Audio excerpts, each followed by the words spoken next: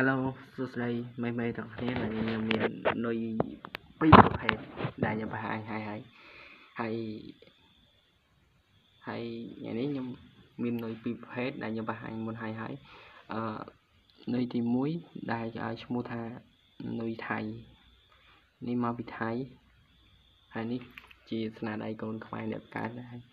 និយាយថាចូលវាអត់សូវជាទុនប្រហែលទេនេះជាមួយខ្ញុំប៉ះឲ្យមើលញ៉ាំគេសើទុនមកដល់រឹងមកនេះរៀងទុនរបស់គេនេះទុនរៀងទុននេះរៀងរឹងនេះស្នាដៃកូនខ្មែរដែលបង្កើតឡើងគុណភាពគឺមិនខុសគ្នា action ក៏មិនដូចគ្នាដែរអាស្រ័យទៅលើបច្ចេកទេសមេចេះលេងចេះវត្តចេះទប់ដែរបងមេចឹងបើខ្ញុំសម្រាប់ខ្ញុំលេងផ្ទាល់ហ្មងគឺខ្ញុំពេលតន្ត្រីខាំភ្លាមអញ្ចឹងខ្ញុំអត់វត្តភ្លាមទេខ្ញុំមូខ្សែឲ្យតឹងបតុនដងទៅមុខវត្តគឺចូល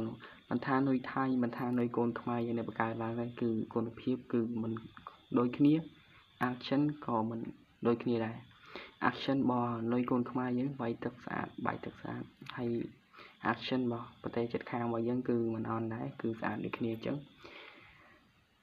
ស្អែកនេះខ្ញុំនឹងយកនុយពីរហ្នឹងទៅអូក្នុងទឹកជាមួយ action មួយណាដែលស្អាតជាងព្រោះខ្ញុំអូហើយគឺមើលទៅម្យ៉ាងម្នាក់គាត់ថាអាស្រ័យទៅលើបច្ចេកទេសមេដែលលេងទេ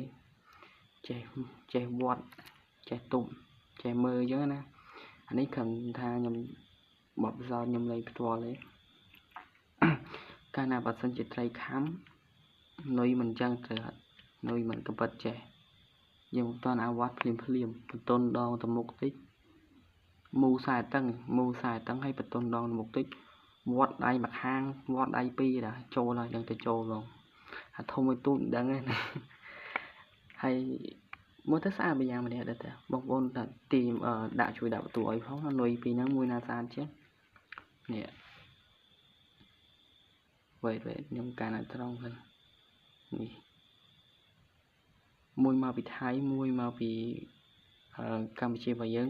អញ្ចឹងជួយដាក់បន្ទូឲ្យផងថាមួយណាស្អាតជាងព្រោះអីកវលនេះខ្ញុំដូរគ្នាដូរកវលនេះមកនេះអានេះទៅនេះហើយចាំមើល action ស្អែកនេះខ្ញុំថតឲ្យបងប្អូនអរគ្នាមើលហើយអរគុណច្រើនជួយដាក់បន្ទូឲ្យផងថាមួយណា